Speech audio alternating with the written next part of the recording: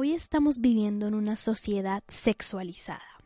Los medios de comunicación promueven en muchos aspectos una sexualidad desenfrenada. La sexualidad es un regalo de Dios para ser disfrutada en el marco matrimonial. ¿Es posible salir victorioso al enfrentar la tentación sexual? Ese es el tema de nuestra serie, ¿Cómo enfrentar la tentación sexual? Bienvenidos. Café y Palabra. Un podcast con Ariel Muñoz, mi papá, Y Laura, mi hija. Bienvenidos.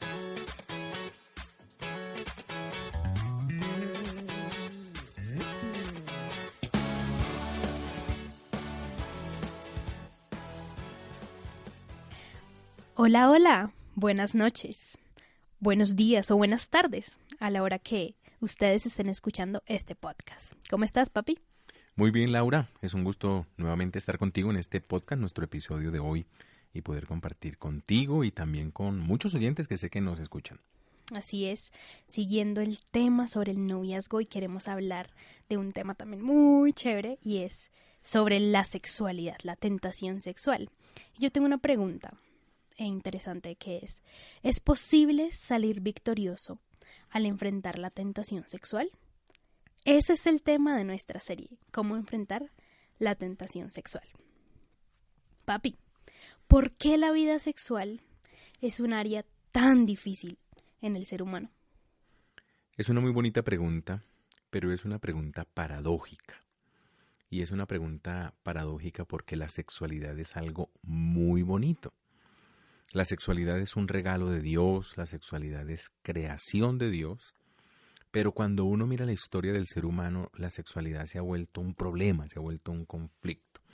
Y en esto, porque hay unas profundas pasiones en el corazón del ser humano, pero también cuando se pierden los límites de lo que es correcto para tener una sexualidad saludable, el hombre, el ser humano, comienza a meterse en problemas serios, produciendo profundas heridas que muchas veces no son tan fáciles de sanar. Y esto es lo que vamos a estar desarrollando en este episodio y en esta serie de cómo enfrentar la sexualidad, cómo enfrentar la tentación sexual mejor. Entonces, la sexualidad es un área muy bonita, pero es verdad que es un área bien compleja si no se sabe manejar bien. Así como yo lo dije en la introducción, el área sexual es un regalo de Dios para ser disfrutado en el matrimonio. Y yo creo que algunos, aún jóvenes cristianos, tienen otro pensamiento. Llego a pensar que ellos creen que aún esa sexualidad puede ser disfrutada en el noviazgo. Entonces yo quisiera, papi, que tú dejaras como eso claro antes de iniciar el tema. Nosotros tenemos que partir de algo, Lau, y es que uno hace con su vida lo que quiera. Uno hace con su cuerpo lo que quiera.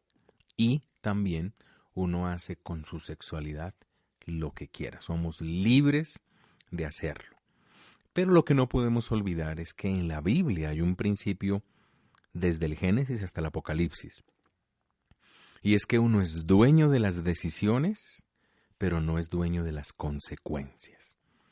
Y en la vida pastoral yo he tenido que escuchar tantos casos dolorosísimos de personas que no han tenido esto en cuenta y han tenido pues obviamente unas serias consecuencias, unos dolores muy profundos, y dolores innecesarios. Entonces, para los novios, en la pregunta que tú haces, claro, si un novio quiere puede desarrollar su vida sexual,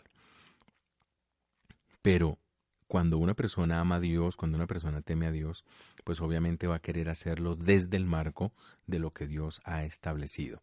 Y también, si una persona no ama a Dios o no teme a Dios, también necesita entender que, como yo lo decía ahora, pues uno es dueño de sus decisiones, pero no es dueño de las consecuencias. Creo que esos son parámetros sobre los cuales uno puede y debe desarrollar la vida en sus diferentes áreas. Además que yo creo que el propósito de Dios es que nosotros como cristianos empecemos, como ya hemos dicho, nuestra sexualidad en el matrimonio. Hay algo que es determinante, Laura, y es que los mandamientos de Dios son para protección. Muchas personas les cuesta o no les es fácil caminar en los mandamientos de Dios porque ven los mandamientos de Dios como enemigos. Ven a los mandamientos de Dios como que Dios nos quiere robar o quitar algo de lo que nos estamos perdiendo, algo agradable que no quiere Dios que lo vivamos. Pero resulta que los mandamientos son como las normas de tránsito, están puestas allí para protección. Por ejemplo, si uno va en una carretera y dice, bájele a la velocidad, cuidado, revise frenos, velocidad máxima, tanta velocidad, lo que esa norma nos está diciendo es, queremos protegerle a usted y queremos protegerle a las demás personas. Pero nosotros, si no tenemos eso claro, por eso no vamos a ser protectores y cuidadosos de la obediencia y de la práctica de las normas de tránsito. Eso en la misma relación sucede con los mandamientos de Dios. Así es. Y ya teniendo eso claro, me gustaría preguntarte ahora sí, entrando en el tema, ¿cómo enfrentar la tentación sexual? Vamos a mirar un pasaje en la Biblia que creo que nos va a servir muchísimo para sacar de allí algunos elementos de cómo enfrentar la tentación sexual. Y algo que necesitamos entender en esta hora es que una persona consagrada a Dios no está exenta de ser tentada. O se lo propongo de otra manera. Una persona consagrada no está exenta de ser tentada. Y un muy buen ejemplo de esto está en el capítulo 39 del libro de Génesis, con un hombre muy conocido en la Biblia y en el ámbito cristiano, y es la vida de José. Nosotros pues sabemos un poco sobre la historia de la vida de José, cómo José es vendido por sus hermanos, por envidia y demás. Y José, para no alargar la historia, termina siendo vendido a unos ismaelitas que lo llevan a Egipto, y allí un egipcio que se llamaba Potifar, que era capitán de la guardia del faraón, lo compró. Y algo que nos dice la Biblia allí en el capítulo 39 es que el Señor estaba con José y que lo convirtió en un hombre muy exitoso. Y José vivía en la casa de su amo el egipcio, quien se dio cuenta que el Señor estaba con José. Y algo que es bonito que la Biblia nos dice es que el Señor hacía que a José le fuera muy bien en todo, es decir, que todo lo que José hacía era prosperado.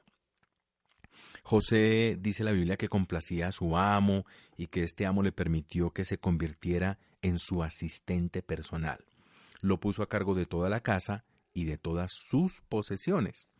Y algo que es bonito allí en el capítulo 39, en el versículo 5, dice que el Señor bendijo la casa de ese egipcio desde el momento en el que puso a cargo de José todas sus posesiones. El Señor bendijo a Potifar en todo lo que tenía, tanto en la casa como en el campo.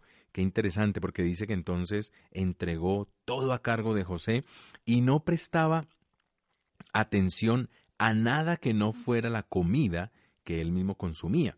José era un hombre muy apuesto. Este es un dato muy importante que no podemos desconocer, que nos da la Biblia. Dice que José era un hombre muy apuesto y de buena figura. Oiga, qué interesante. Era guapo. Era un hombre guapo. ¿Cómo más se le dice a los hombres que son así como yo? Perdón, como José. Guapísimo. Guapísimo. En Colombia se le dice también churro, ¿no? Sí. Sí. Galán. Galán también se le dice a los hombres que son así. Entonces, mire que es interesante, esa palabra no podemos pasarla desapercibida. José era un hombre muy apuesto y de buena figura. Pero en el versículo 13 hay una transición. Dice, un tiempo después, la esposa de su amo comenzó a fijarse en José. O sea que, como decimos coloquialmente, le echó el ojo. Le echó el ojo. Yo me imagino que con ese dato que nos da la Biblia de José, que era un hombre pues muy apuesto y de buena figura, esta mujer dijo, este hombre está como chusco, se dice en Bogotá, chusco, ¿no? Ese es un hombre atractivo, un hombre bonito. Pero no solo eso, sino que la Biblia da un detalle aún más fuerte. Dice que comenzó a fijarse en José y le dijo, acuéstate conmigo. De frente. O sea que, sí, de frente o de lado, no sé, pero lo que le dijo fue, acuéstate, le dijo, acuéstate conmigo. O sea, que no tuvo reparos en Ujú. asediarlo, no tuvo reparos en hacerle una propuesta tan directa. Pues ella era una mujer que tenía todo. Así es. Y que, aunque la Biblia no nos diga detalles de la esposa de Potifar, lo que sí uno pudiera mirar es que este hombre, que era un hombre principal de la guardia del faraón y demás, uno pudiera concluir que esta mujer era una mujer bonita, Claro. era una mujer atractiva. Además, nosotros necesitamos recordar que en la época egipcia, y desde allí viene algo que las mujeres utilizan muchísimo hoy, el maquillaje. Mm, Las mujeres, nosotros sabemos que por la historia, aún los mismos faraones se se maquillaban. maquillaban y Y eran, harto, ¿no? y bastantísimos, sí, eran Sí. unas caras muy atractivas, muy bonitas. Y algo que es interesante, Laura, del maquillaje, ¿tú sabes por qué las mujeres se maquillan? ¿Cuál es la connotación que tiene el maquillaje No, en las mujeres? no, cuéntame. La competencia con otras mujeres. Esa es la connotación del maquillaje. O sea, una mujer que se maquilla para verse más bonita, pero es para verse más bonita porque hay una competencia implícita con su género, es decir, con otras mujeres, para que ellas sean conquistadas, para que ellas sean Para llamar la atención. atraídas exactamente o atrayentes hacia el sexo, en este caso del hombre. Entonces, aquí encontramos esta particularidad y es cómo esta mujer le hace esta semejante propuesta a José, ¿no? Diciéndole, pues, que se acostara con ella y es explícita. Ujú. Entonces, aquí encontramos una primera característica, Laura, de cómo enfrentar la tentación sexual y lo vemos en la vida de José, y es con temor de Dios, con temor de Dios. Algunas características de este encuentro de José con esta mujer. Ellos estaban solos, Ujú. ¿cierto? José sabía, y la Biblia nos lo demuestra así, que ceder sería una maldad grande y un gran pecado. Alguien Claro. decía de manera sabia que es en la soledad que conocemos cuánto tememos a Dios. Y un dato que no podemos pasar por alto, porque la Biblia lo menciona, es que Potifar confiaba mucho en José. Sí, así es. Dice que confiaba totalmente en él. Increíble, Ujú. ese era un dato importantísimo. En el versículo número 8 dice, pero José se rehusó y le dijo a la esposa de su amo, mire, conmigo mi señor no tiene nada de qué preocuparse en la casa.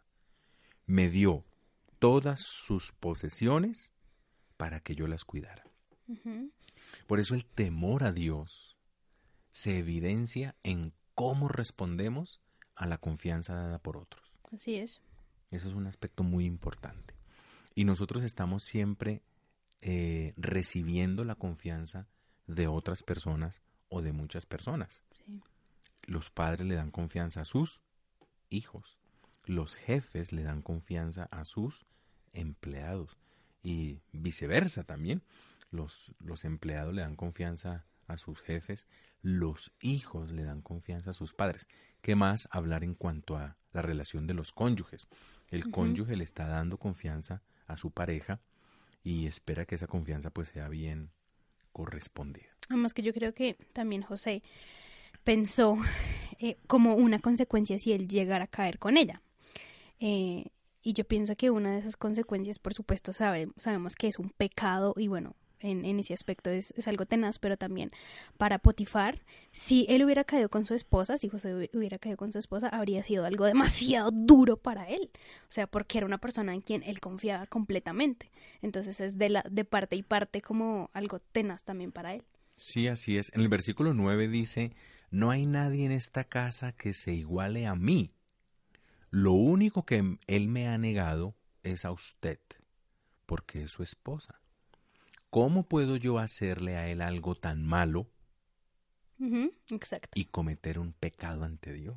lo que dije, sí. ¡Wow! ¡Qué tremendo!, ¿no? Sí. Y me gusta mucho, estoy leyendo la Biblia Palabra de Dios para Todos, la PDT, que es una versión muy bonita. Me gusta muchísimo ese lenguaje, como lo usa en esta versión. ¿Cómo puedo Ujú. yo hacerle a él algo tan malo y cometer un pecado ante Dios? Entonces, Claro. José mostró el temor a Dios en la forma como está respondiendo, no solo a la confianza que le ha dado su amo, sino también a la confianza